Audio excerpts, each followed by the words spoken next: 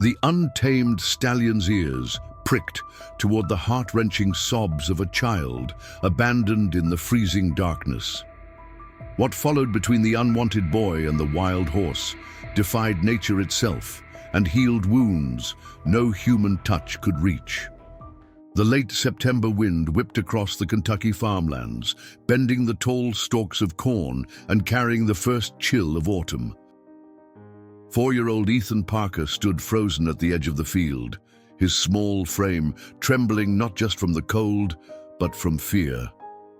Behind him, the shouts from the farmhouse were still audible, his foster parents arguing again, their voices sharp enough to cut through walls.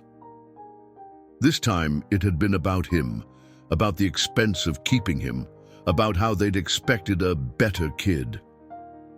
Tears streamed down Ethan's freckled cheeks, his blue eyes wide with hurt as he clutched a worn, stuffed rabbit, the only possession he had from his real mom. The social worker had given it to him 3 homes ago, saying it was the one thing his mother had left for him before she disappeared. He'd named it Hoppy, and it had been his constant companion through each new, disappointing placement. "They don't want me either, Hoppy," Ethan whispered, his voice barely audible over the rustling corn. "Nobody ever keeps me." Without conscious thought, his small sneakers, already too tight and worn at the toes, carried him forward into the vast cornfield that stretched behind the Thompson farm. The stalks, taller than any adult, quickly closed around him like silent sentinels, hiding him from the world that had shown him so little kindness in his short life. Ethan didn't know where he was going. He just knew he needed to get away from the shouting, away from the cold stares, away from another home where he wasn't really home at all. The light began to fade as he pushed deeper into the field, the golden afternoon sun yielding to the purple shadows of dusk. 10 miles away, across rolling hills dotted with oak trees turning amber and crimson, a magnificent grey stallion lifted his head suddenly, nostrils flaring. Silvermane, as the locals had come to call him, had been grazing peacefully in the hidden valley that had been his sanctuary for the past 8 years. The horse's ears twitched forward, catching something on the wind that disturbed his usual calm. The stallion had been a legend in Bourbon County for nearly a decade, the horse no one could catch, the survivor who had escaped a devastating barn fire at the prestigious Willow Creek stables when he was just 4 years old.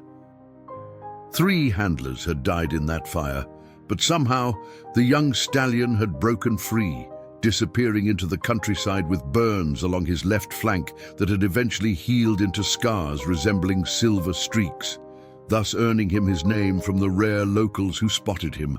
Silvermane pawed at the ground, his powerful muscles tensing. Something wasn't right. Years in the wild had honed his instincts to a razor edge, and now those instincts were screaming. He lifted his proud head, eyes scanning the darkening horizon before suddenly breaking into a gallop, heading northeast toward the vast cornfields of the Thompson property. As night fell completely, Ethan realized he was lost. The confidence that had carried him into the field had evaporated, replaced by a gnawing terror that tightened his chest and made it hard to breathe. He couldn't see the farmhouse lights anymore. He couldn't tell which way was out. Every direction looked the same, endless rows of corn rustling ominously in the growing darkness. "I want to go back," he whimpered, clutching Hoppy tighter. But back where? Not to the Thompsons. Not to the group home before them, certainly not to the Millers, who had returned him after just 2 weeks like a defective toy. A raindrop hit his cheek, followed by another and another. The sky opened up without warning, pouring cold September rain down on the lost boy. Within minutes, Ethan was soaked to the skin, his thin t-shirt and jeans offering little protection against the sudden downpour. The ground beneath his feet turned to mud, making each step harder than the last. He trudged forward, no longer even trying to find his way, just moving to keep warm. His teeth chattered uncontrollably, his small body beginning to shut down from the exposure. When he finally stumbled out of the cornfield, he found himself not back at the farm, but on the edge of an unfamiliar meadow bordered by dense woods. Exhaustion overtook him. His legs gave way, and he collapsed onto the muddy path, curling into a ball around Hoppy. The stuffed rabbit was as soaked as he was, offering no comfort beyond the familiar feel of it in his arms. "I'm sorry," he whispered, though he wasn't sure who he was apologizing to. His mom for not being good enough for her to stay, the social worker for being too much trouble, himself for believing yet again that this home might be different. His sobs were swallowed by the sound of rain and the vast emptiness of the Kentucky countryside. Miles from the nearest neighbor, with the Thompson farm invisible behind the cornfield, Ethan was truly alone. His small body shook with cold and fear as darkness enveloped him completely. He didn't hear the approaching hoofbeats, steady and purposeful through the storm. He didn't see the massive grey figure that emerged from the mist, steam rising from powerful flanks as the wild stallion slowed his gallop to a cautious walk. Silvermane approached the small, huddled form with the wariness of a creature who had learned to fear humans. Yet something had called him here, across miles of countryside, some instinct he couldn't ignore. The stallion lowered his head, nostrils flaring as he took in the scent of the tiny human, so different from the adults who had tried to capture him over the years. The horse snorted softly, his warm breath stirring Ethan's wet hair.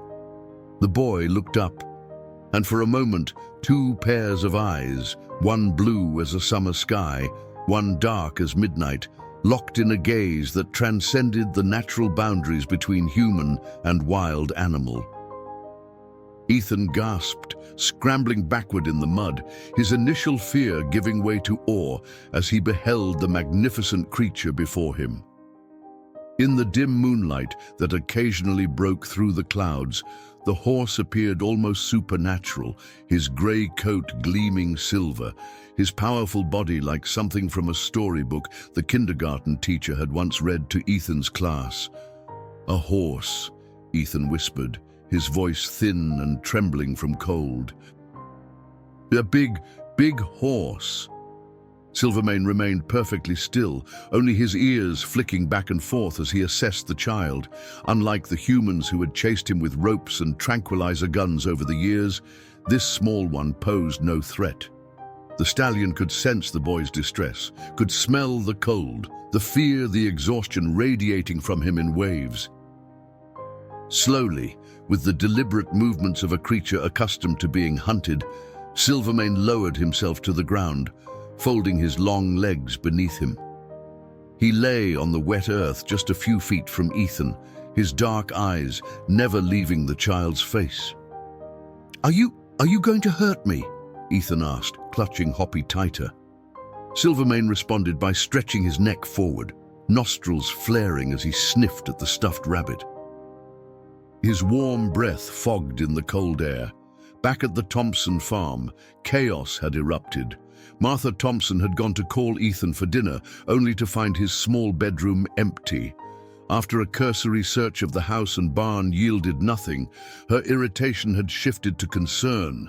"Frank," she called to her husband, who was still nursing a beer in front of the television.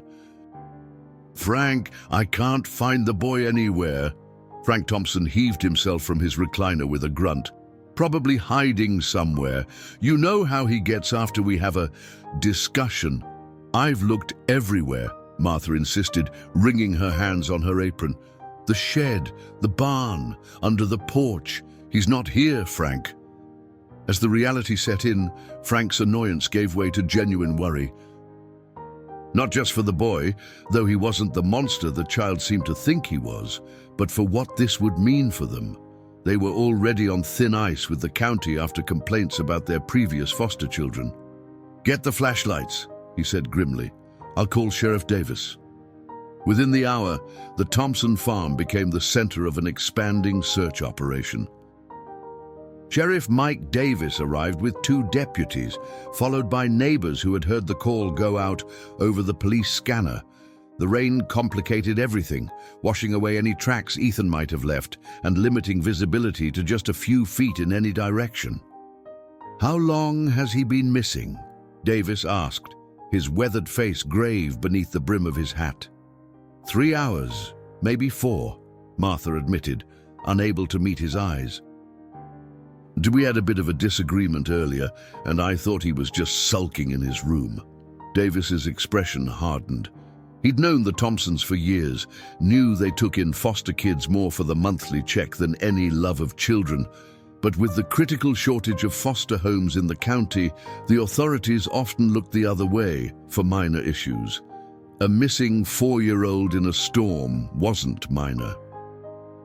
"We'll start with the property, then expand outward," Davis said, taking charge.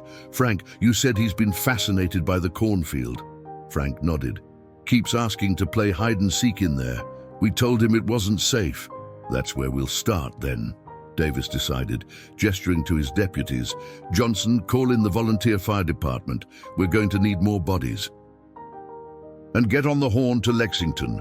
We might need the helicopter with infrared if this goes into tomorrow." As the search began in earnest, with flashlight beams cutting through the darkness and voices calling Ethan's name, the boy himself had begun to move closer to the wild stallion. The rain had eased to a drizzle, but Ethan was soaked through, his lips tinged blue with cold. Instinctively, he sensed that the horse meant him no harm. In his short life, Ethan had developed an ability to read intentions, a necessary survival skill through multiple foster homes. Adults could smile while their eyes remained cold, could promise safety while their hands formed fists. But this horse, this magnificent wild thing, had nothing but gentleness in its gaze. With the simple trust of a child, Ethan crawled forward until he was close enough to feel the warmth radiating from Silvermane's body. The horse remained still, watching the boy with intelligent eyes that seemed to understand his plight. "I'm Ethan," the boy said, his voice small but no longer quaking with fear. "This is Hoppy." He held up the soggy stuffed rabbit. "We don't have a home right now," Silvermane snorted softly, as if in understanding. After all, he too knew what it was to be without a proper home, to be unwanted by some and hunted by others. In the strange language that exists between souls in need, the wild stallion and the abandoned boy recognized something of themselves in each other. Cautiously, Ethan reached out a small hand. Silvermane didn't flinch or pull away. Instead, he lowered his head further, allowing the child's fingers to brush against his velvety muzzle. At that moment, with the soft touch of a 4-year-old's hand against his face, something shifted within the wild stallion's heart. 8 years of solitude, of running from human contact, seemed to melt away in an instant. The connection forged between boy and horse deepened as the night grew colder. Ethan, overcome by exhaustion and hypothermia, eventually slumped against Silvermane's side, his small body seeking the warmth that radiated from the massive animal.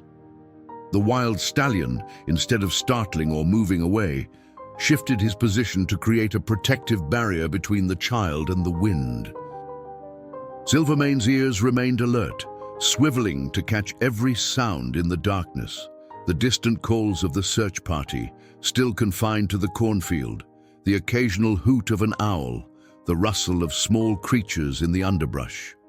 His instincts, honed by years in the wild, recognized the vulnerability of the tiny human beside him.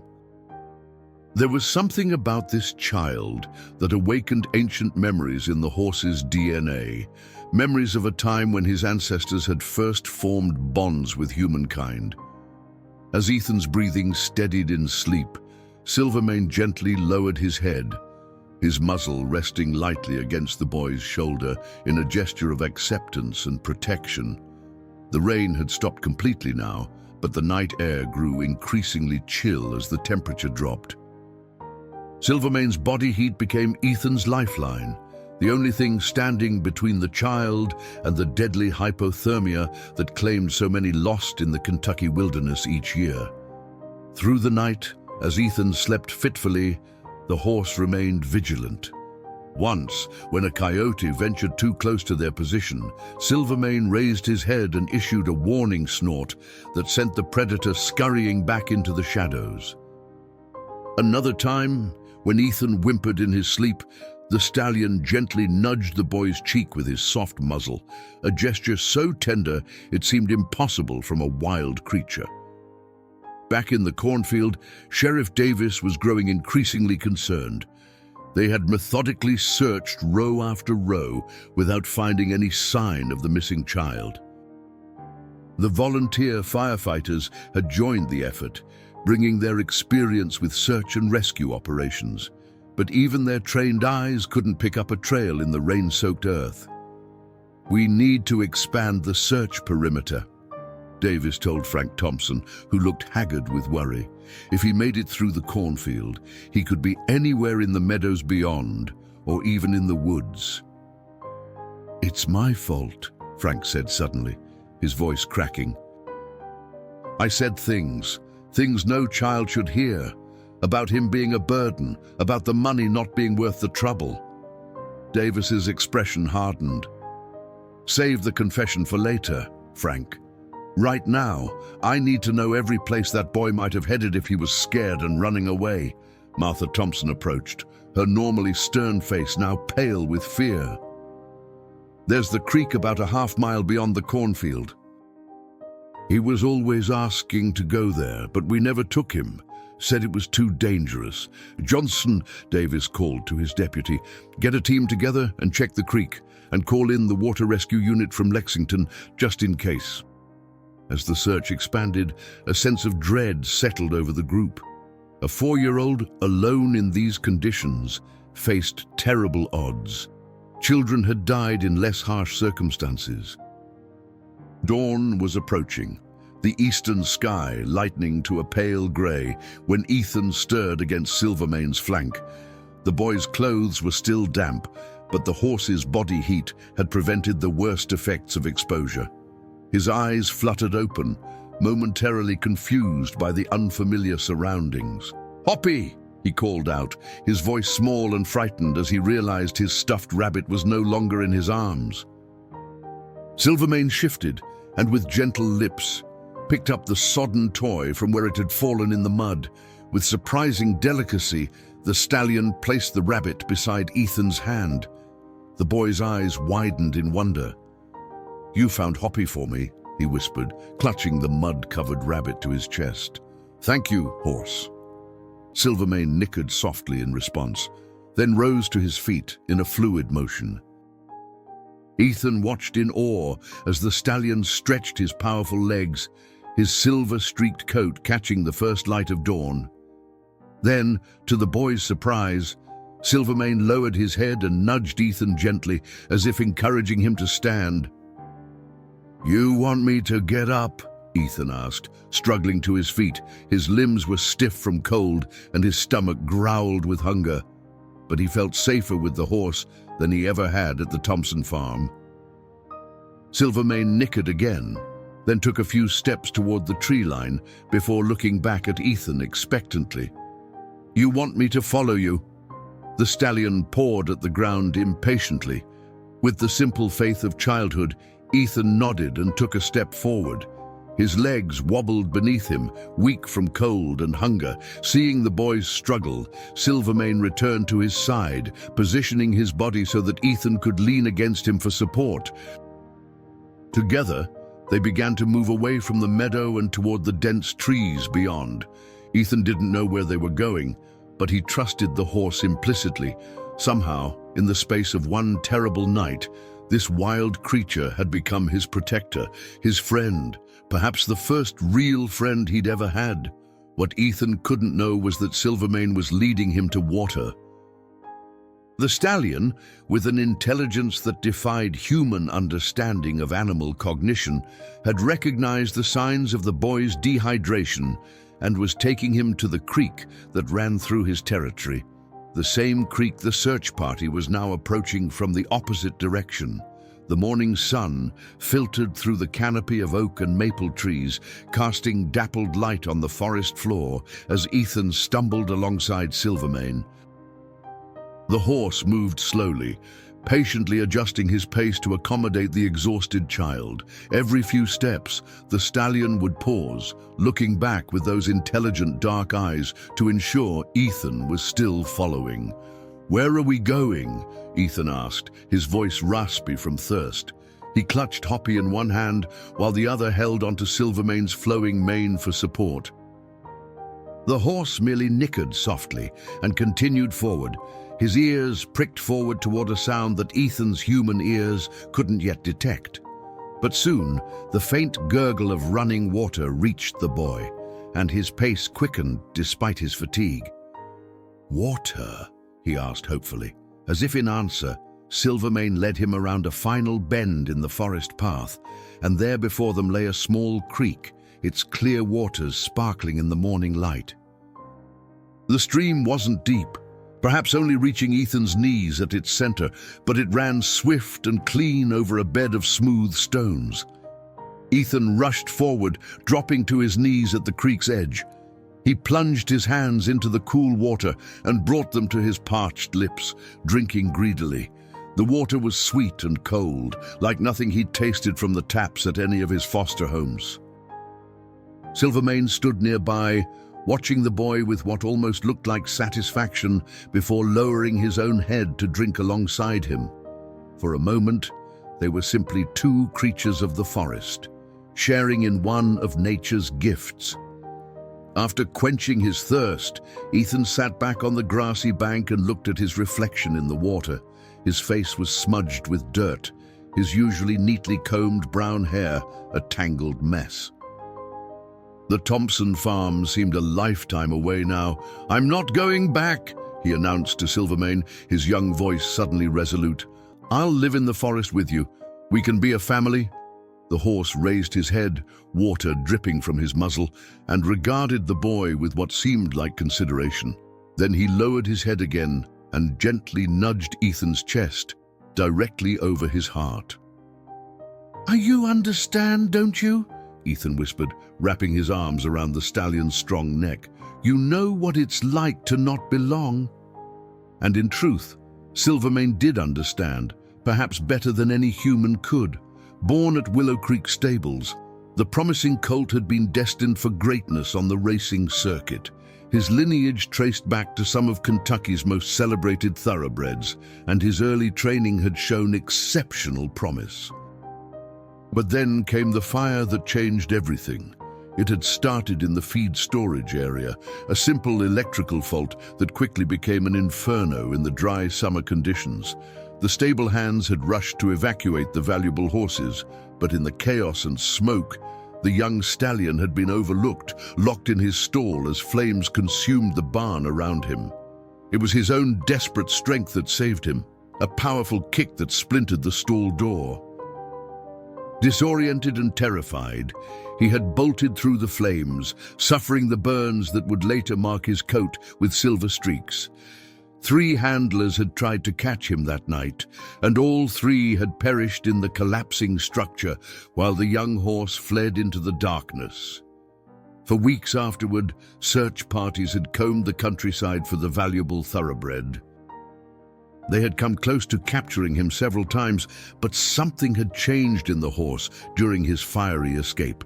He no longer trusted humans, no longer responded to their calls or commands. Eventually, as weeks turned to months and months to years, the search was abandoned and Silvermane passed into local legend.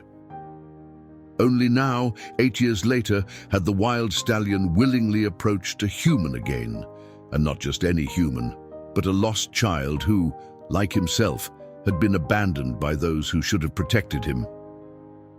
While Ethan and Silvermane shared this moment of connection by the creek, the search for the missing boy had intensified. Sheriff Davis had called in additional resources at first light, including a helicopter from the Kentucky State Police and 2 K-9 units from neighboring counties. "The dogs have picked up a scent," Deputy Johnson reported, his voice crackling over the radio. "Looks like the boy did make it through the cornfield. They're tracking him toward Western Creek." Davis acknowledged the report with relief tinged with caution. A scent trail was promising, but it didn't guarantee they'd find the child alive after a night exposed to the elements. "Let's converge on the creek," he ordered. "All search teams redirect to Western Creek, quarter-mile sections. And somebody get Martha and Frank Thompson there too. If the boy's in any condition to respond, he might come out for familiar voices." Frank Thompson, overhearing this, flinched visibly. "He won't come out for us, Sheriff," he said quietly. "After what he heard yesterday, he's more likely to run deeper into the woods." Davis fixed the foster father with a hard stare. "Then you'd better start thinking about what you're going to say to fix that, Frank. Because when we find that boy, and we will find him, he's going to need a reason to come home." Back at the creek, Ethan had begun to feel the pangs of hunger more acutely.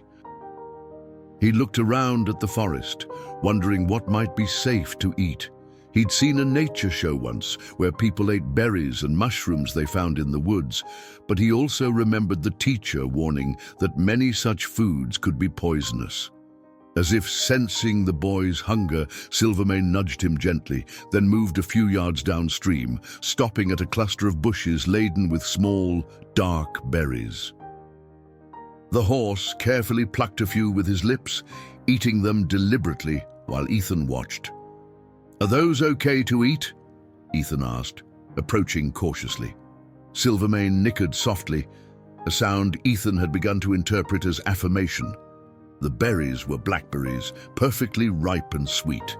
Ethan picked a handful, staining his fingers purple as he devoured them gratefully.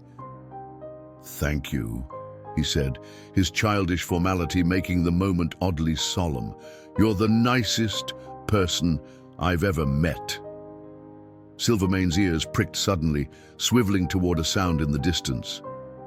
Ethan, still focused on gathering berries, didn't immediately notice the change in his companion's demeanor, but when the horse gave a low, warning snort, the boy looked up in alarm. "What is it?" he whispered. "There is something coming." In the distance, barely audible to Ethan but clear to Silvermane's sensitive ears, came the baying of search dogs and the calling of human voices, growing steadily closer. Ethan's face fell as the distant sounds registered. He recognized the cadence of human voices calling his name, the distinctive baying of search dogs. They were looking for him, which meant they would take him back to the Thompsons, or worse, to another strange home with new rules and cold stares. "No," he whispered, clutching Hoppy tighter against his chest. "I don't want to go back." Silvermane seemed to understand the boy's distress. The stallion stepped closer to Ethan, positioning his body between the child and the direction of the approaching search party. His ears remained pinned back, his muscles tensing beneath his silver-streaked coat.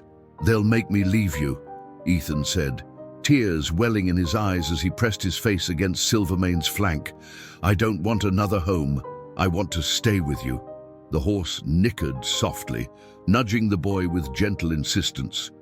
Then, to Ethan's surprise, Silvermane lowered himself to the ground as he had the night before, kneeling in a clear invitation. Ethan hesitated only briefly before climbing onto the stallion's back. He'd never ridden a horse before. The Thompsons had refused his pleas to visit the riding stable in town, but somehow it felt natural to settle onto Silvermane's broad back, his small hands tangling in the flowing mane. "Are we running away?" he asked, a mixture of fear and exhilaration in his voice. Silvermane rose carefully, adjusting his movements to keep the small rider balanced. Then, with deliberate steps that gradually increased in speed, the The stallion began moving upstream, away from the approaching search party. Sheriff Davis and Deputy Johnson crested a small rise that overlooked the creek just in time to see an extraordinary sight in the distance. A massive grey stallion with a tiny figure perched on its back, disappearing into the tree line on the far side of the water. "Is that—" Johnson began, disbelief evident in his voice. "The boy," Davis confirmed, already reaching for his radio. "And unless I'm hallucinating, he's riding what looks like Silvermane." Silvermane? Frank Thompson had just arrived at the creek with Martha, both panting from the exertion of keeping up with the search party. "That wild horse people keep claiming to see?" Davis nodded grimly. "And I've spotted him myself a few times over the years. Never this close, though, and never with a human on his back." He keyed his radio. "All units converge on the north bend of Western Creek. We've spotted the child. He appears to be on horseback. I repeat, the child is on horseback, heading north along the creek. Approach with extreme caution. The horse is wild and potentially dangerous." Martha Thompson gasped, pressing a hand to her mouth. "A wild horse took our boy. Oh my God, Frank, he could be killed." Davis shot her a look that silenced further commentary.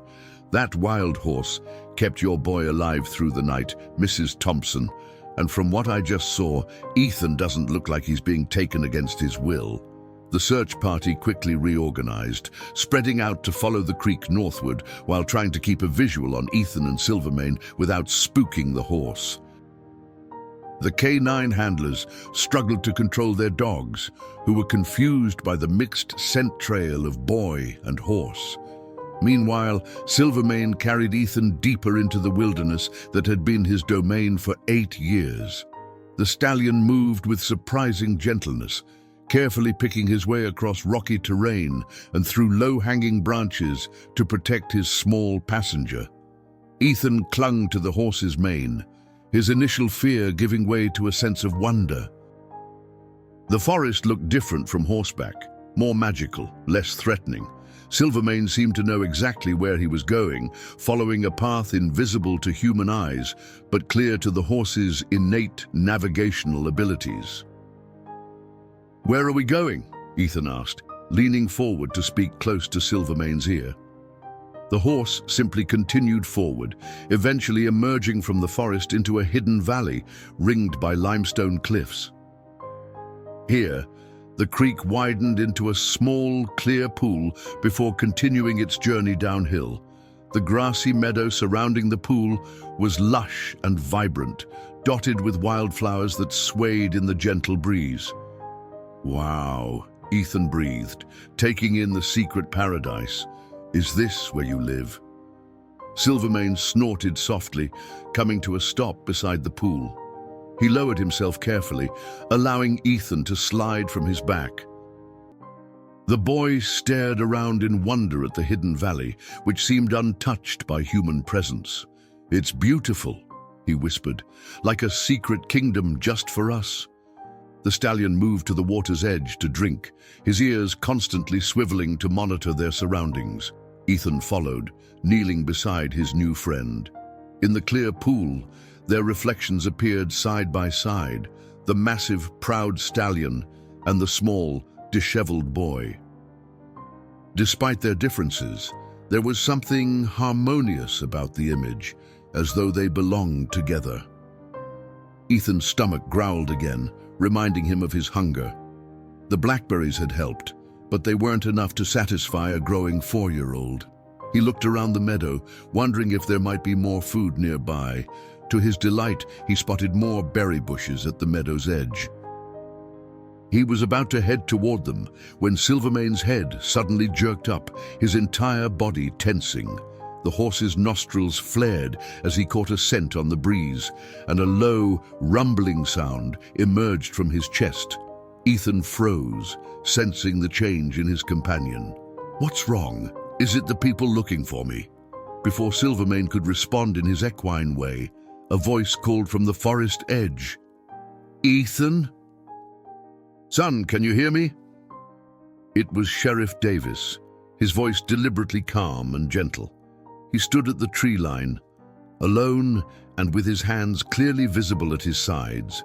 Behind him, partially concealed in the forest, were several other searchers, including the Thompsons. Ethan instinctively pressed closer to Silvermane, his small hand clutching the horse's mane. "Go away!" he called, his voice cracking. "And I'm staying with my friend." Silvermane pawed the ground nervously but didn't bolt. His dark eyes remained fixed on the sheriff, assessing the threat this human might pose to the boy he had taken under his protection. "Nobody's going to hurt you, Ethan," Davis said, taking a single, slow step forward. "We've been worried about you. Everyone's been looking all night." "I don't care," Ethan shouted, tears beginning to stream down his face. "And I'm not going back to the Thompsons. They don't want me anyway." From the cover of the trees, Martha Thompson flinched at the raw pain in the child's voice. Frank placed a steadying hand on her shoulder, his own face etched with guilt. Sheriff Davis took another careful step forward, then stopped as Silvermane issued a warning snort. The lawman had enough experience with horses to recognize the message, "Come no closer." "That's quite a friend you've made," Davis said, nodding towards Silvermane. "Do you know who that is?" Ethan shook his head, wiping tears from his cheeks with a muddy hand. "That's Silvermane," Davis explained, keeping his voice even and conversational. "He's famous around these parts. People have been trying to find him for years, but he never lets anyone get close." He paused, genuine wonder in his expression. "Until you..." Ethan's eyes widened at this revelation. "Silvermane," he repeated softly, testing the name. He looked at the magnificent horse beside him with newfound appreciation. "Is that your name? Silvermane?" The stallion's ears flicked forward at the sound of his name, and he lowered his head briefly to nuzzle the boy's shoulder. "He likes me," Ethan said, a note of pride entering his voice, despite his tears. "He protected me when I was cold and scared. He showed me where to find water and berries." The boy's chin lifted defiantly. "He's nicer than people." Sheriff Davis nodded slowly, recognizing the delicate nature of the situation. In his 20 years of law enforcement in Bourbon County, he'd never encountered anything quite like this. A wild horse that had not only rescued a child, but seemed determined to protect him from being returned to human care. "I believe you, son," Davis said, "and I think Silvermane is a remarkable horse, but you can't stay out here in the woods forever, no matter how nice he is to you." "Why not?" Ethan challenged, his small face scrunched in determination. "Nobody wants me anyway. My real mom left me, the Millers sent me back. And the Thompsons," his voice broke slightly, "they said I cost too much money. That I wasn't worth it." From the tree line, Martha Thompson gave a strangled sob. Before Deputy Johnson could stop her, she stepped out of the forest's cover and into the meadow. "Ethan, that's not true," she called, her voice unsteady. "We were wrong to say those things." "Very wrong." Silvermane's head came up sharply at the appearance of another human, and he shifted his position to place himself more firmly between Ethan and the approaching woman. A warning rumble emanated from his chest. Martha stopped, recognizing the danger signals from the massive stallion. Please," she said, addressing both boy and horse, "we were worried sick about you all night." "No, you weren't," Ethan replied, his young voice filled with a wisdom born of too many disappointments. "You were worried about getting in trouble. That's different." Sheriff Davis had to suppress a grim smile at the child's perceptiveness. He'd seen too many foster parents like the Thompsons, not actively abusive, but emotionally neglectful, taking in children for the monthly stipend rather than out of any desire to provide love and stability. Frank Thompson emerged from the trees now, moving to stand beside his wife. "The boy's right, Martha," he said quietly. "We weren't thinking about him. We never really have." He looked directly at Ethan, something akin to respect in his gaze. "You deserve better than us, son, and I'm sorry we weren't what you needed." Ethan stared at his foster father in shock. In the 6 months he'd lived with the Thompsons, he'd never heard Frank apologize for anything, let alone admit he was wrong. Sheriff Davis seized the moment of surprise to take another careful step forward. "Ethan, I promise you won't have to go back to the Thompsons if that's not what you want. But we need to get you somewhere safe, get you checked out by a doctor, make sure you're okay after your night in the woods." "What about Silvermane?" Ethan asked, his hand instinctively tightening in the horse's mane. "I won't leave him. He's my friend." Davis exchanged a look with Deputy Johnson, who had also emerged from the tree line. This was uncharted territory. Protocol dictated that they remove the child from what could be deemed a dangerous situation. A 4-year-old in the company of a wild stallion certainly qualified. But it was equally clear that Silvermane posed no threat to Ethan. Quite the opposite, in fact. "What if—" Davis began, then paused, considering his words carefully. "What if Silvermane could come too? Not to stay in town, of course, but somewhere he could visit you." Ethan's face lit up at this suggestion, but skepticism quickly followed. "You'd try to catch him, lock him up. He doesn't like that. That's why he ran away before." Davis was impressed again by the boy's intuition. "You're right about that. Silvermane's been free for a long time, and nobody's been able to catch him." He took another slow step forward. But from what I can see, he chose to be with you. That's different from being caught," Silvermane snorted, as if in agreement with this assessment. The stallion's ears swiveled between Davis and Ethan, alert, but no longer pinned back in aggression. "I've got a small ranch outside of town," Davis continued. "Nothing fancy, just a few acres with a barn and some pasture. No other horses at the moment." He met Ethan's gaze directly. "He'd done if Silvermane wanted to. He could come and go as he pleased. No locks, no ropes, just a safe place to visit you." "And where would I be?" Ethan asked, the heart of the matter finally addressed. Davis took a deep breath. "Well, that would depend on what you want, and what the county decides is best for you. But my sister Sarah lives about a mile from my place. She and her husband Jack have been wanting to become foster parents for a while now. They've got no kids of their own, and their house feels too empty." He smiled gently. "Sarah loves horses too, used to work at a rescue stable before she became a teacher." Ethan's eyes widened slightly. "A real teacher? In a school?" Davis nodded. "4th grade at Bourbon County Elementary. She's got the entire summer off too, so she'd be home with you every day."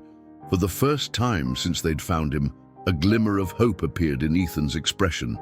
He turned to Silvermane, pressing his forehead against the horse's strong neck. "What do you think?" he whispered to the stallion. "Should we trust them?" Silvermane responded by gently nuzzling the boy's hair, then raising his head to look directly at Sheriff Davis with intelligent, assessing eyes. In that moment, something unspoken passed between man and horse, a recognition, perhaps, that both cared deeply for the welfare of the child who stood between them. The silence in the meadow stretched as Ethan considered Sheriff Davis's offer, his small face serious with concentration. The adults waited with bated breath, aware that they were witnessing something extraordinary, a negotiation where a 4-year-old child and a wild horse held all the power. Finally, Ethan looked up. "If I go with you," he said, his voice small but steady, "will you promise that Silvermane can leave whenever he wants, that nobody will try to put ropes on him or lock him in?" Davis nodded solemnly. "You have my word, son. My gate will always be open for him to come and go." Ethan turned back to Silvermane, placing both hands on either side of the stallion's face, looking directly into the horse's dark eyes. "I have to go with them," he explained, as if the horse could understand every word. "But the sheriff says you can visit me, and if they break their promise, we'll run away together." For real next time. Silvermane nickered softly, his breath ruffling the boy's hair. Then, to the astonishment of the watching adults, the wild stallion lowered himself to the ground, allowing Ethan to climb onto his back once more. "I think," Ethan said with newfound dignity, "that Silvermane will take me to your ranch, Sheriff. But only me. The rest of you have to walk." Davis bit back a smile, recognizing the child's attempt to maintain some control over the situation. "That sounds fair to me," he agreed, stepping back to give the horse space. "Do you know the old Martin place, about 3 miles east of here? The white farmhouse with the red barn?" Ethan shook his head, but Silvermane's ears pricked forward in what seemed like recognition. "I think your friend might know it," Davis said. "It used to be a working horse farm before I bought it. There's a creek that runs behind the property, probably part of the same one you were following earlier." Silvermane rose carefully, adjusting to Ethan's weight, then took a few deliberate steps toward Davis, as if confirming the arrangement. The sheriff remained perfectly still, aware that any sudden movement might spook the stallion and undo the fragile trust that had been established. "We'll meet you there," Davis said, speaking directly to both boy and horse. "Take your time, no rush." With a final nod to the sheriff, Ethan gathered Silvermane's mane in his small hands.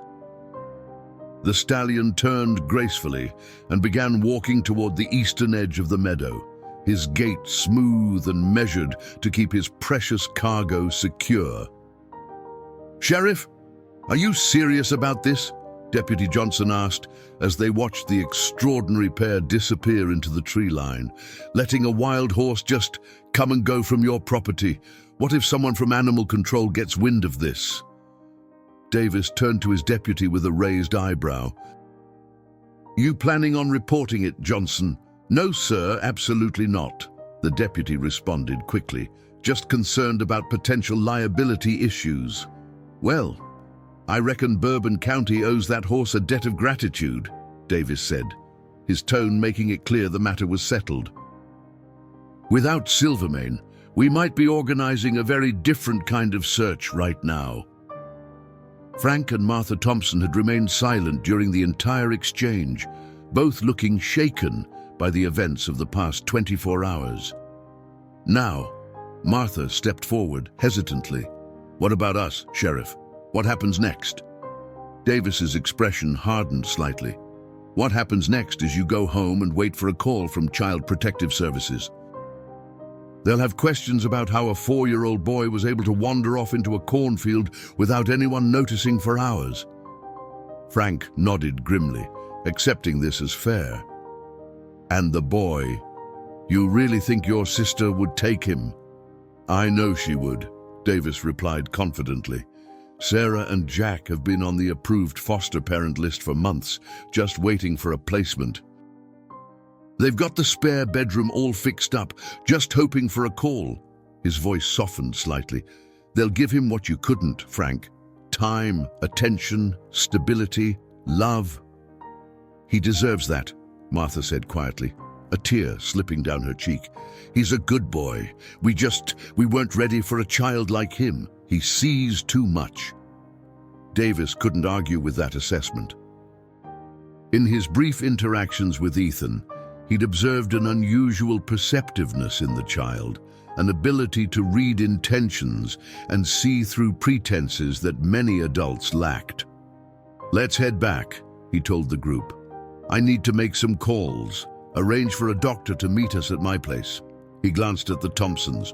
"You two should go straight home. I'll have someone come by later for Ethan's things."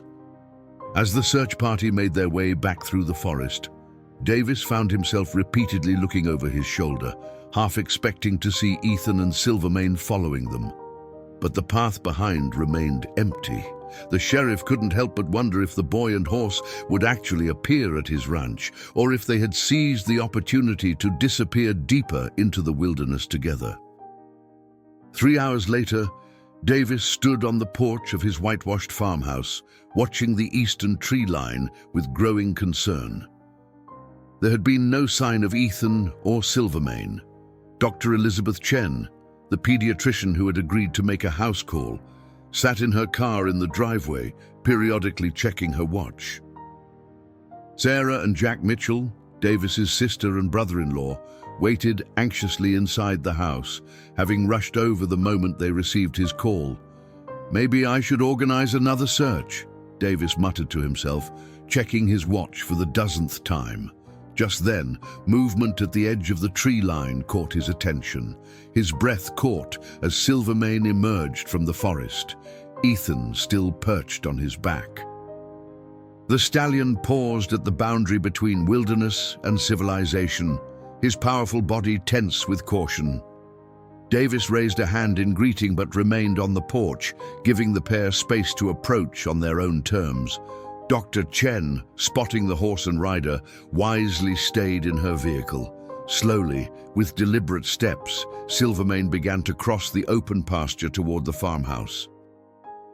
Ethan sat straighter on the horse's back as they approached, his expression a mixture of wariness and hope. "You came," Davis said simply when they were close enough to hear. Ethan nodded solemnly. "Silvermane knows this place. He showed me the creek behind your barn. It has tadpoles in it." "Does it now?" Davis smiled. "I hadn't noticed." "You'll have to show me sometime." The boys studied the farmhouse behind Davis, taking in the weathered white clapboard, the blue shutters, the wraparound porch with its hanging swing. "Is your sister here?" he asked finally. "She is," Davis confirmed. "Sarah and her husband Jack are inside, and they're real anxious to meet you. There's a doctor here too, just to make sure you're okay after your adventure." Ethan's brow furrowed. "What about Silvermane? Where will he stay?" Davis gestured toward the red barn that stood about 50 yards from the house. "That barn's got 4 stalls, all empty at the moment. The biggest one has a door that leads right out to the pasture. It can stay open day and night, so Silvermane can come and go as he pleases." For the first time, a genuine smile lit up Ethan's tired face. "He'd like that," the boy said, patting the stallion's neck affectionately. As if understanding the conversation, Silvermane began walking toward the barn, carrying Ethan right past the startled veterinarian in her car. Davis followed at a respectful distance, watching as the horse stopped at the barn's wide entrance, peering inside with cautious interest. "Go ahead," Davis encouraged. "Take a look around." "I'll wait here." Silvermane stepped carefully into the barn, his hooves echoing on the concrete center aisle. Ethan ducked instinctively as they passed through the doorway, then straightened to look around with undisguised curiosity. The barn was clean and well-maintained, with fresh bedding in each stall and sunlight streaming through high windows. Silvermane circled the interior of the barn, his nostrils flaring as he took in the scents of hay, leather, and the lingering presence of horses long gone. Ethan remained on his back, looking around with equal curiosity. "This stall here," Davis said, pointing to the largest one at the end of the aisle, "is the one with the door to the pasture." He walked ahead of them, pushing open the half door to reveal a spacious stall with fresh bedding and a water trough that had been recently filled. As promised, a second door on the opposite wall led directly outside to the fenced pasture beyond. "See?" Ethan said to Silvermane, leaning forward to speak near the horse's ear. "And you can leave whenever you want to." As if to demonstrate, Davis walked through the stall and pushed open the exterior door, revealing the expanse of green pasture that stretched all the way to the tree line where they had first emerged. Silvermane approached the open door cautiously, ears pricked forward as he assessed this new development. The stallion stood in the doorway for a long moment, looking out at the freedom beyond, then back at Ethan. A decision seemed to hang in the balance. "It's okay," Ethan whispered, though his small hand tightened instinctively in the horse's mane. "You can go if you want to. I'll be okay." For the first time, A note of uncertainty had crept into the boy's voice. Despite his brave words, the thought of Silvermane leaving clearly frightened him. After all, the horse had been his sole protector and companion through the most harrowing night of his young life. Silvermane seemed to sense the child's anxiety. Rather than bolting for freedom, the stallion turned back toward the interior of the barn and carefully lowered himself to allow Ethan to dismount. The boy slid off reluctantly, his legs wobbling slightly as they took his weight for the first time in hours. "Thank you," Ethan said softly, wrapping his arms around Silvermane's neck in a heartfelt hug. "Oh, you saved me." Davis watched this exchange with a lump in his throat, struck by the genuine bond that had formed between the abandoned child and the wild horse. Both had experienced profound trauma and betrayal. Yet somehow, in finding each other, they had discovered a path toward healing. "Ethan," he said gently, "there are some people waiting to meet you up at the house. Do you feel ready for that?" The boy looked down at himself, suddenly aware of his bedraggled appearance. His clothes were still muddy and damp in places, his hair tangled with bits of leaves and twigs, his face smudged with dirt. "I'm all messy," he said worriedly. Davis smiled. "Nobody minds that. They understand you've had quite an adventure." Ethan nodded, then turned back to Silvermane with concern in his eyes. "Will you stay?" he asked the horse. "At least for a little while." Silvermane responded by lowering his head to nuzzle the boy's shoulder, a gesture that seemed to convey reassurance. For now, at least, the wild stallion appeared content to remain in the shelter of the barn. "I think he'll be here when you get back," Davis said, offering his hand to Ethan.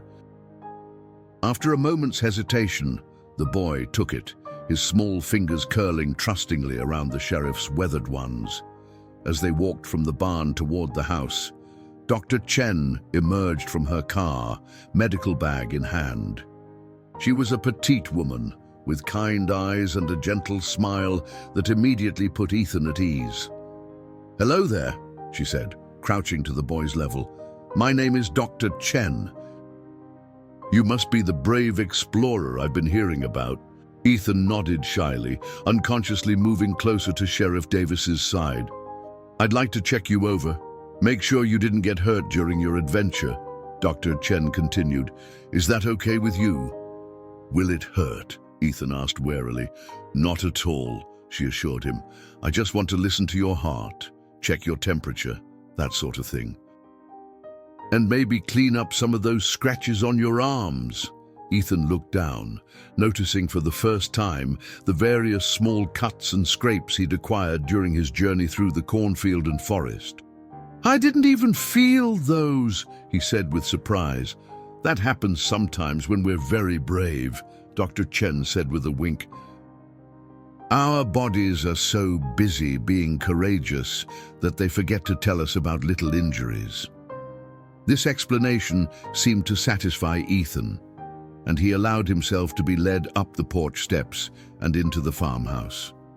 The interior was warm and inviting, with comfortable furniture, colorful rugs, and large windows that filled the space with natural light. A woman with the same kind eyes as Sheriff Davis stood in the living room, her hands clasped nervously in front of her. Beside her was a tall man with salt and pepper hair and a gentle smile. "Ethan, this is my sister Sarah and her husband Jack," Davis introduced. Sarah Mitchell took a small step forward, careful not to crowd the boy. "Hello, Ethan," she said warmly. "We're so glad you're safe." Jack nodded in agreement. "Mike, that's Sheriff Davis to you, told us about your remarkable friend. That must have been quite a night." Ethan studied them both carefully, with the assessing gaze of a child who had learned to be wary of adult promises. "Sheriff Davis says you're a teacher," he said to Sarah. She nodded, seeming pleased that he knew this detail. "That's right." "Fourth grade at Bourbon County Elementary.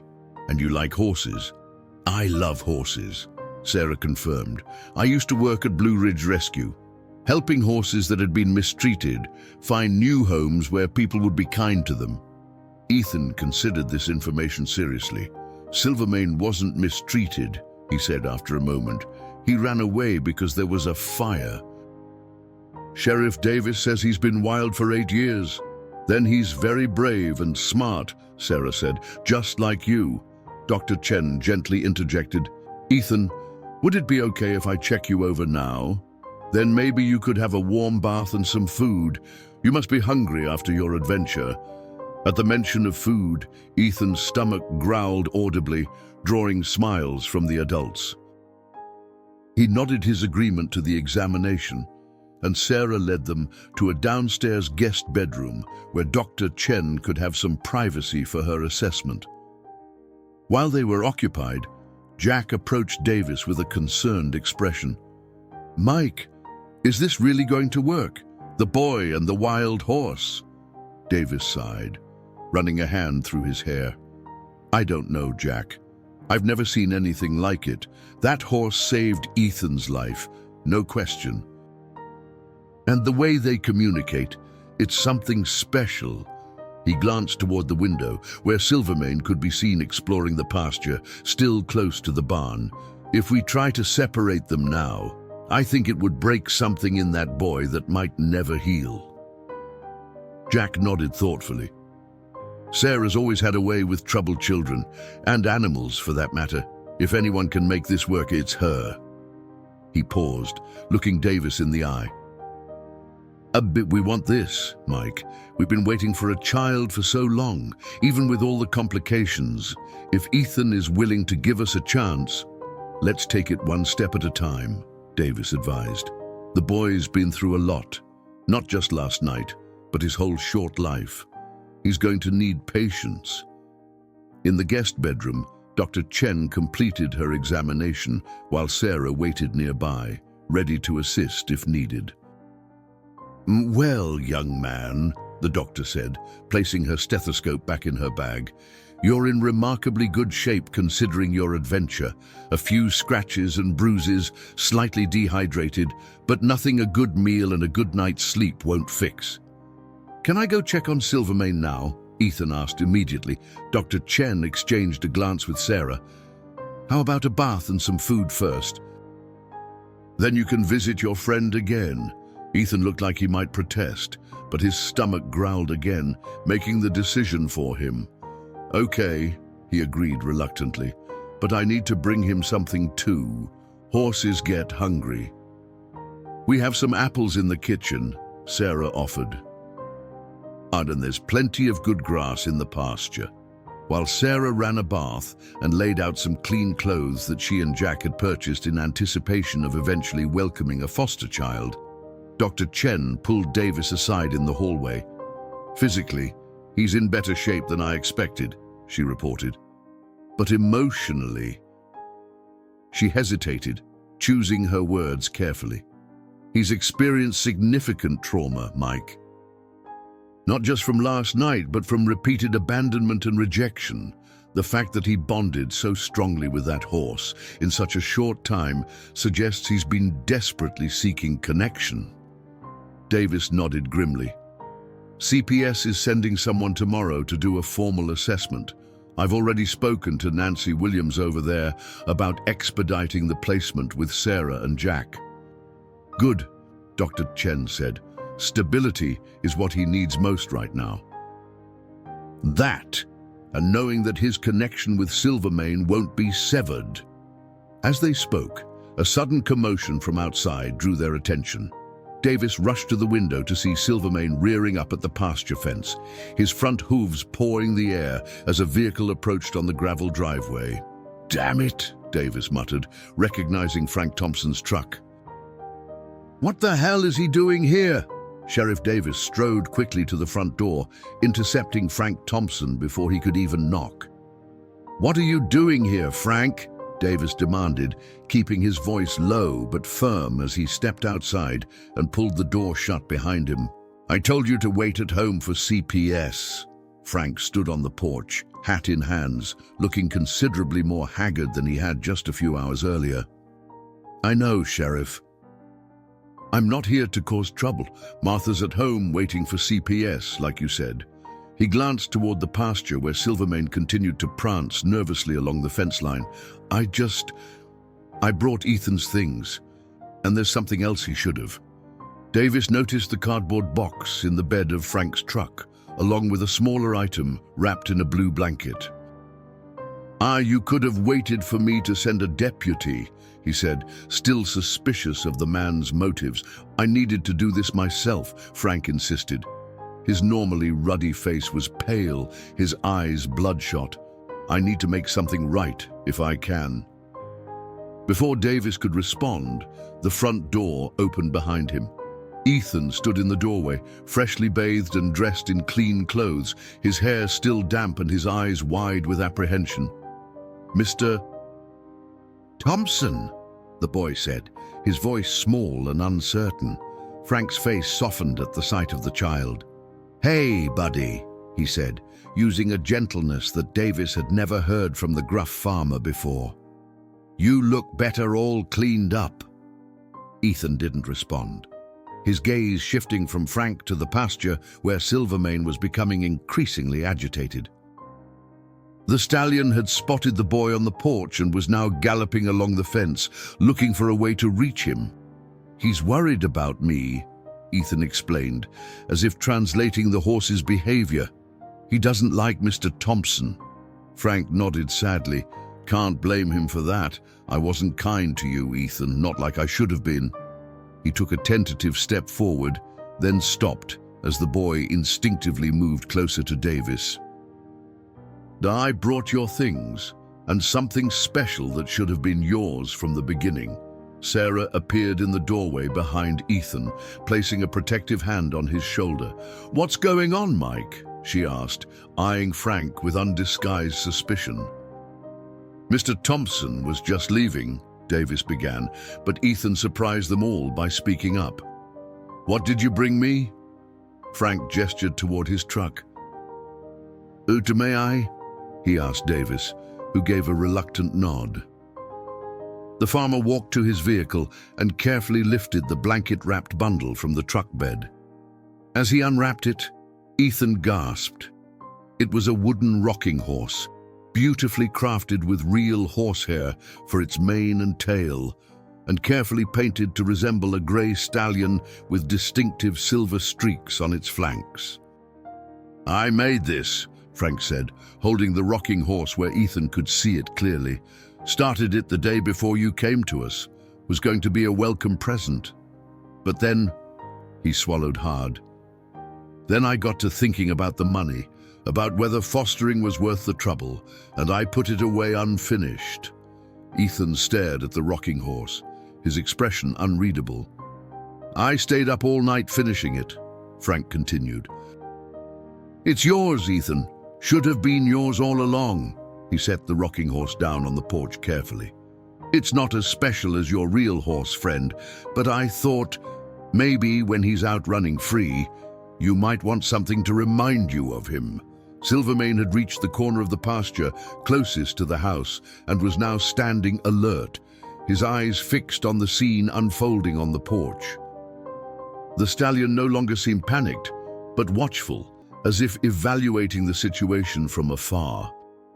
Ethan cautiously approached the rocking horse, running his small hand over its smooth wooden neck. The craftsmanship was impressive. It was clear that Frank Thompson had real talent as a woodworker, despite his failings as a foster parent.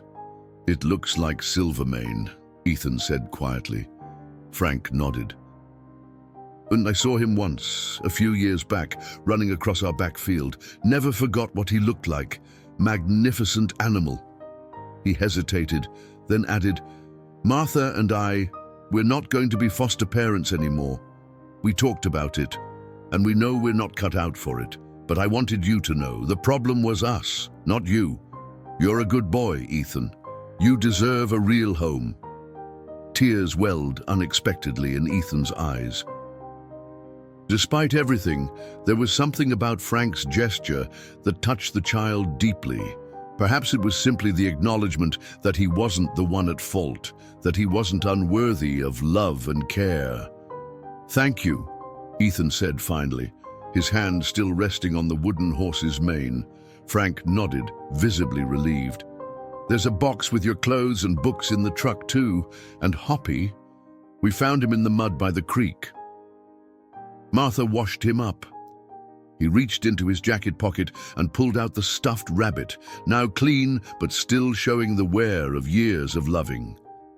Ethan's face lit up at the sight of his beloved toy. "Hoppy!" he exclaimed, rushing forward to take the rabbit from Frank's outstretched hand. He hugged the stuffed animal tightly to his chest, then looked up at his former foster father with genuine gratitude. "I thought I lost him. He was waiting for you, just like we should have been," Frank said softly. He straightened up, addressing Davis now. "I'll get the rest of his things from the truck, then I'll be on my way." Davis, witnessing this unexpected moment of redemption, felt some of his hostility toward the man fade. "I'll help you," he offered, following Frank to the vehicle. As they unloaded the box of Ethan's meager possessions, Frank spoke in a low voice. "Martha and I, we're cooperating fully with CPS, telling them everything. It's only right." He glanced back at the porch, where Ethan was now showing his stuffed rabbit to Sarah. "Will they let him stay with your sister?" "I believe so," Davis replied. "Sarah and Jack have been approved as foster parents for months. They've got a good reputation in the community, stable income, a nice home, and given the circumstances, CPS will likely prioritize placing Ethan somewhere he feels safe." Frank nodded, relieved. "And the horse? They'll allow that arrangement." Davis shrugged. "It's unusual, but not technically against any regulations. Silvermane comes and goes as he pleases. He's not owned by anyone. If he chooses to visit Ethan, that's his business." They carried the box to the porch, where Ethan was now rocking gently on the wooden horse. Hoppy clutched in one arm, while Sarah watched with a smile. "He likes it," Frank observed, a hint of pride in his voice. "You're very talented, Mr. Thompson," Sarah said, her initial coolness toward the man warming slightly in light of his genuine attempt to make amends. Frank ducked his head in acknowledgement, then turned to Ethan one last time. "You take care now, buddy, and maybe someday, when you're settled in, you might let me visit. See how you and your horse friend are doing." Ethan considered this for a long moment, his expression serious beyond his years. Finally, he nodded.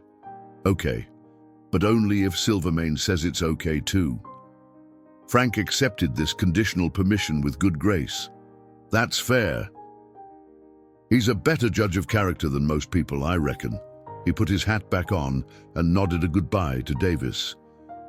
"I'll be going then. CPS will probably be at our place by now." As Frank's truck pulled away down the gravel drive, Ethan watched from his perch on the rocking horse. "He's not all bad," the boy said thoughtfully, "just sad and angry inside." Sarah exchanged a look of surprise with her brother. The child's perceptiveness was remarkable, his capacity for forgiveness even more so. "Are you hungry?" Sarah asked, changing the subject. "Jack's been cooking up a storm in the kitchen. Pancakes, eggs, bacon.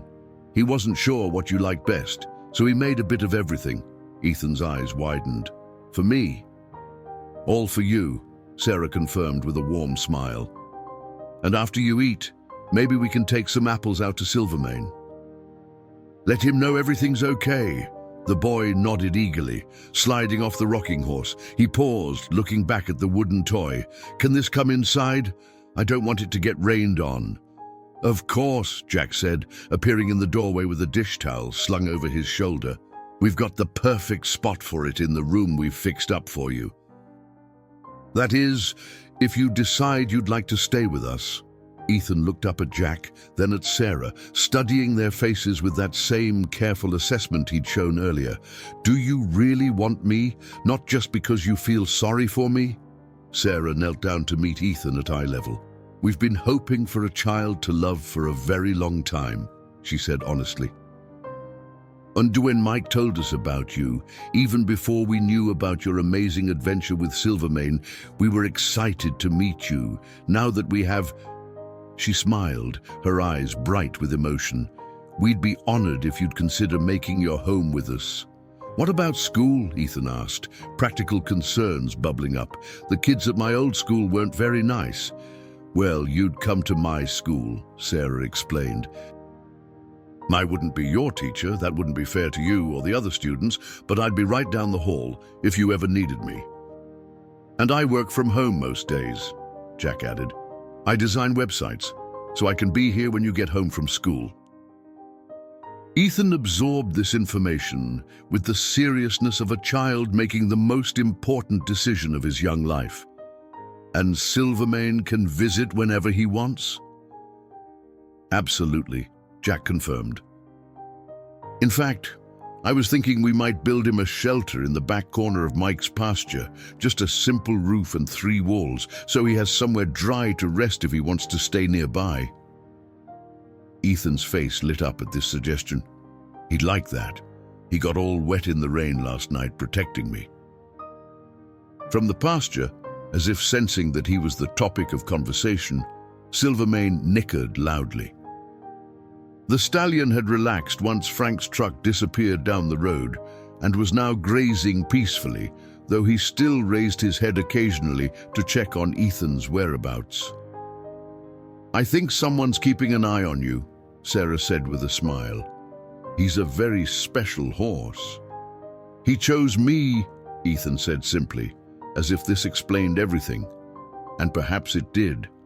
Inside the house, the kitchen table was laden with food, the pancakes still steaming. Ethan's eyes grew wide at the feast before him, and he climbed onto a chair with Hoppy still clutched firmly under one arm. "Can Hoppy have a plate too?" he asked shyly. "Absolutely," Jack said without missing a beat, setting a small plate beside Ethan's and placing a $silver pancake on it. Every rabbit needs breakfast after an adventure. As Ethan began to eat, his initial hesitancy giving way to genuine hunger, Sarah slipped her hand into Jack's and squeezed it gently. The road ahead wouldn't be easy.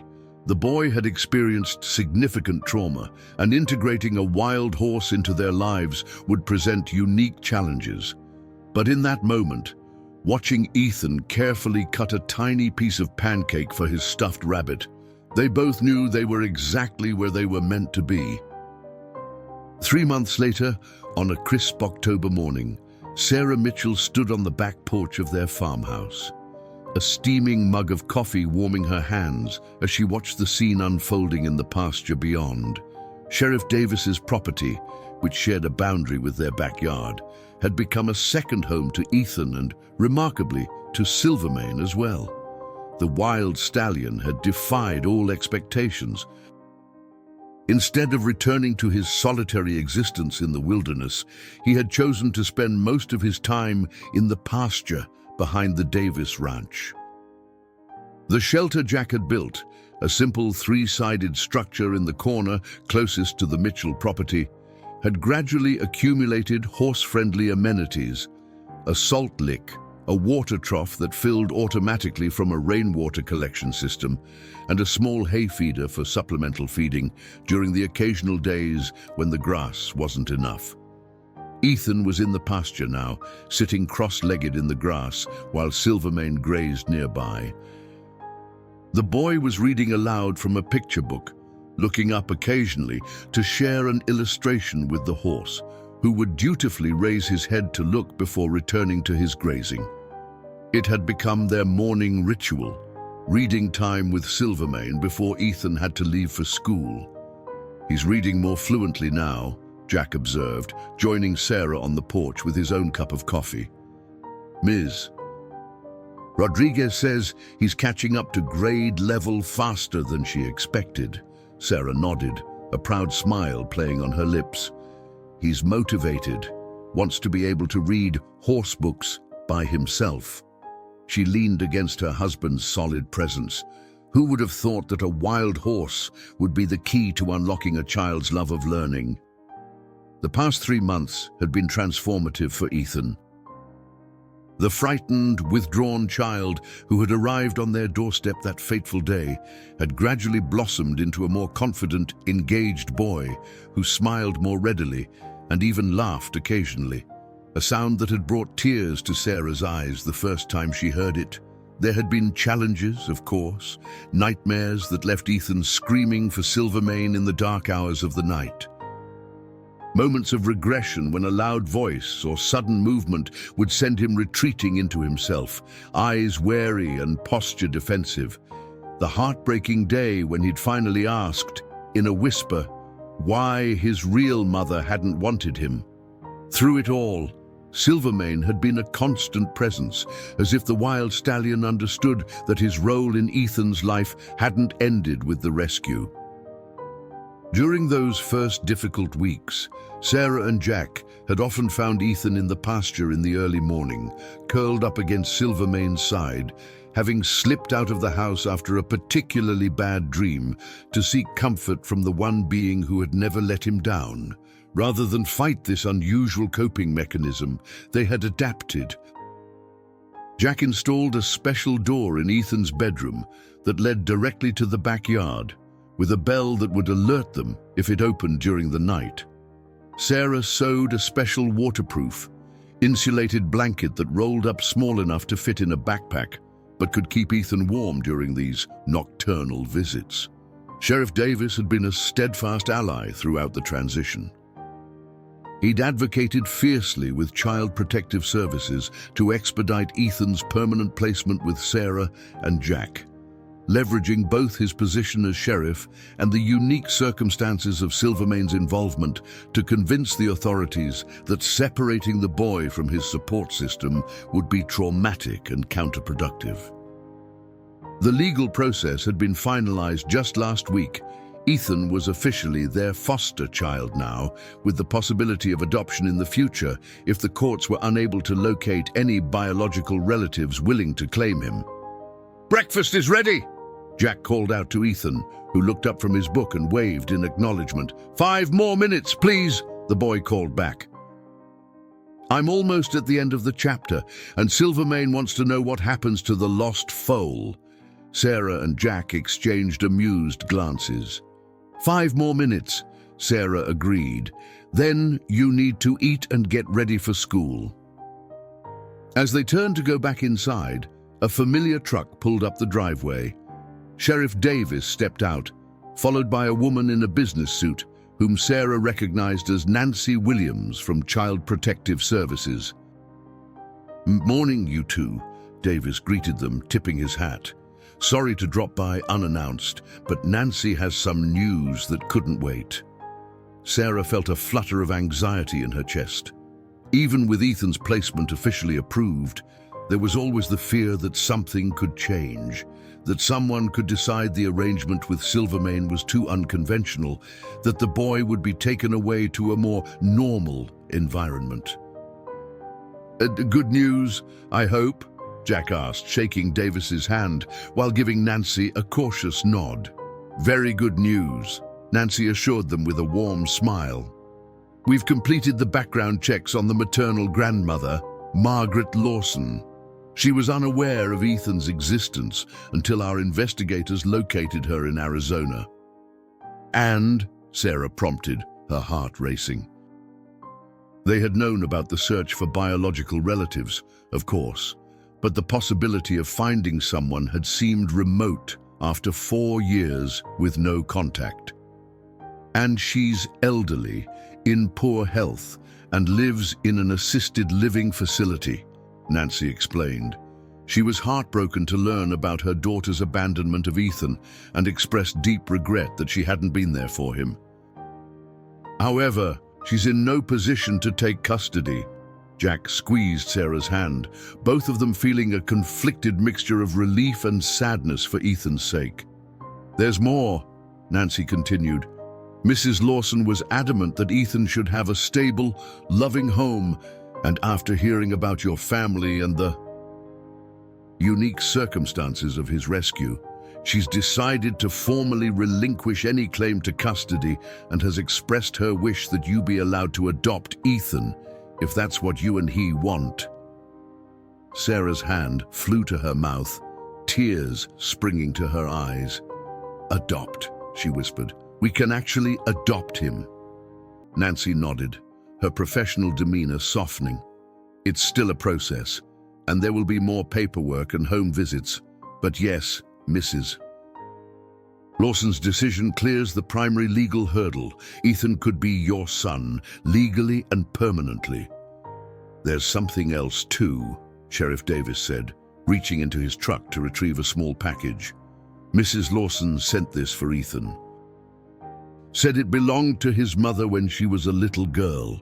The package, wrapped in simple brown paper, was addressed in a shaky, elderly hand, "For my grandson, Ethan." Sarah took it reverently, tears now flowing freely down her cheeks. This is everything we hoped for," she managed to say. "Not just for us, but for Ethan. To know he has family, even if they can't be together. To have something from his mother's childhood." "Where is the young man?" Nancy asked, looking around. "I'd like to share the news with him directly, if that's okay with you." Jack pointed toward the pasture, where Ethan was still reading to Silvermane, completely unaware of the life-changing conversation happening just yards away.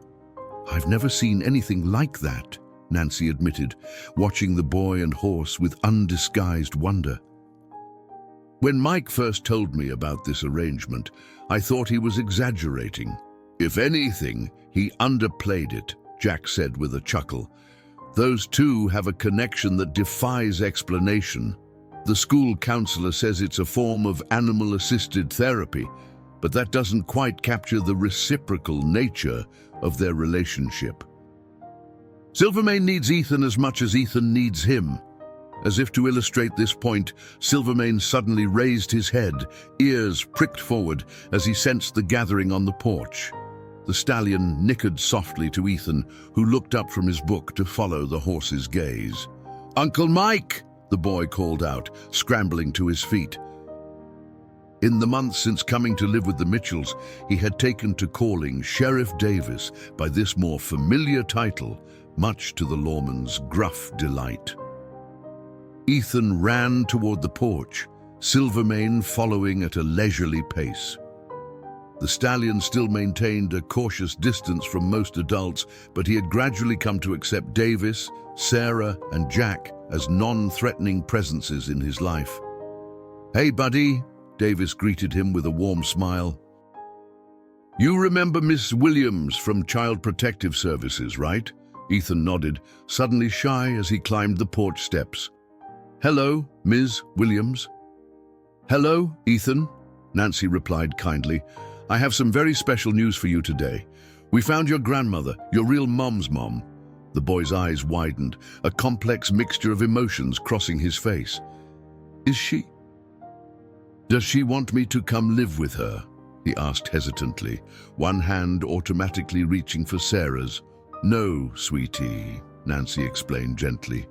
"Your grandmother is elderly and not well enough to care for a child, but she was very happy to learn about you, and she wants very much for you to be happy."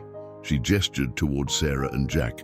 "She thinks you have found a wonderful home here, and she has given her blessing for Mr. and Mrs. Mitchell to adopt you, if that's what all of you want." Ethan looked confused. "Adopt? What does that mean?" Sarah knelt down to look him in the eye. "It means, if you want, we could become a forever family. Not just foster parents, but your mom and dad, legally and permanently. No more worrying about being moved to another home." "Forever," Ethan repeated, his voice small and wondering. "Now you want to be my forever family. More than anything in the world," Jack affirmed, joining Sarah at Ethan's level. The boy was quiet for a long moment, processing this momentous possibility. Then he asked the question that mattered most to him. "And Silvermane can stay part of our family too?" "Absolutely," Sarah promised. "He'll always be welcome here, for as long as he chooses to stay." From the bottom of the porch steps, Silvermane watched this exchange with intelligent eyes, as if understanding the significance of the moment. The wild stallion that had once fled from all human contact now stood calmly, his powerful presence a testament to the transformative power of the bond he shared with the child before him. "And then yes," Ethan said, a smile breaking across his face like sunrise, "I want us to be a forever family." Sarah pulled him into a gentle hug, which Jack joined, the three of them forming a circle of belonging that Ethan had never known before. When they finally broke apart, Nancy discreetly wiping a tear from her eye, Sarah remembered the package. "Your grandmother sent something for you," she said, handing Ethan the brown paper parcel. With careful fingers, Ethan unwrapped it to reveal a small, worn book with a faded cloth cover. "The Black Stallion," he read slowly, sounding out the title. "It was your mother's favorite book when she was a little girl," Nancy explained. "Your grandmother said she read it until the pages were falling out. It's about a boy and a wild horse who save each other." Ethan ran his fingers reverently over the cover, then looked up with shining eyes. "Just like me and Silvermane, just like you and Silvermane," Sheriff Davis agreed, his voice gruff with emotion. Silvermane chose that moment to approach the bottom of the porch steps, closer than he usually came when others were present. The stallion stretched his neck forward, nostrils flaring as he caught the scent of the old book in Ethan's hands. "Look, Silvermane," the boy said, holding the book out so the horse could see it. "It's a story about a boy and a horse, just like us. And guess what? Sarah and Jack are going to be my forever family." As if understanding every word, Silvermane nickered softly, his breath creating a small cloud in the crisp autumn air. Then he did something unprecedented. He climbed the first step of the porch, bringing himself closer to the humans than he had ever voluntarily come before. Ethan beamed with pride at this display of trust from his wild friend. "See, he approves." In that moment, watching the once wild stallion cautiously bridging the gap between his world and theirs, Sarah knew with bone-deep certainty that their unconventional family, a former foster child, a wild horse, and two people who had nearly given up hope of becoming parents, was exactly as it should be. The road ahead would have its challenges. Ethan's emotional wounds would take time to fully heal. Silvermane would always retain some of his wild nature. The bureaucracy of adoption would require patience and persistence, but standing there on the porch, with the morning sun illuminating their faces and hope filling their hearts, the future had never looked brighter. "Well," Jack said, breaking the reverent silence, "I think this calls for a special breakfast." "Chocolate chip pancakes, anyone?" Ethan's face lit up. "Can Silvermane have an apple pancake?" "I think that can be arranged," Sarah laughed, her heart so full it felt like it might burst. After all, he's family too. As they all turned to go inside, all except Silvermane, who retreated to the yard with one last gentle nicker, Sheriff Davis hung back for a moment, watching the newly forming family with satisfaction. He'd seen many things in his years as sheriff of Bourbon County, but nothing quite as remarkable as the healing bond between a lost boy and a wild horse, both abandoned, both survivors, both now finding their way home. Some might call it coincidence that Silvermane had found Ethan that stormy night. Others might attribute it to the horse's keen senses or some animal instinct to protect the vulnerable. But Davis preferred to see it as something more meaningful, a reminder that sometimes the most profound connections come from the most unlikely circumstances, and that even the wildest hearts can find peace in the right kind of love. "Coming, Uncle Mike," Ethan called from the doorway, the precious book clutched to his chest, Hoppy tucked under his arm, and a smile on his face that had once seemed impossible. "Right behind you, buddy," Davis replied, taking one last look at Silvermane, who had settled comfortably in the yard, clearly intending to stay close. "Right behind you,"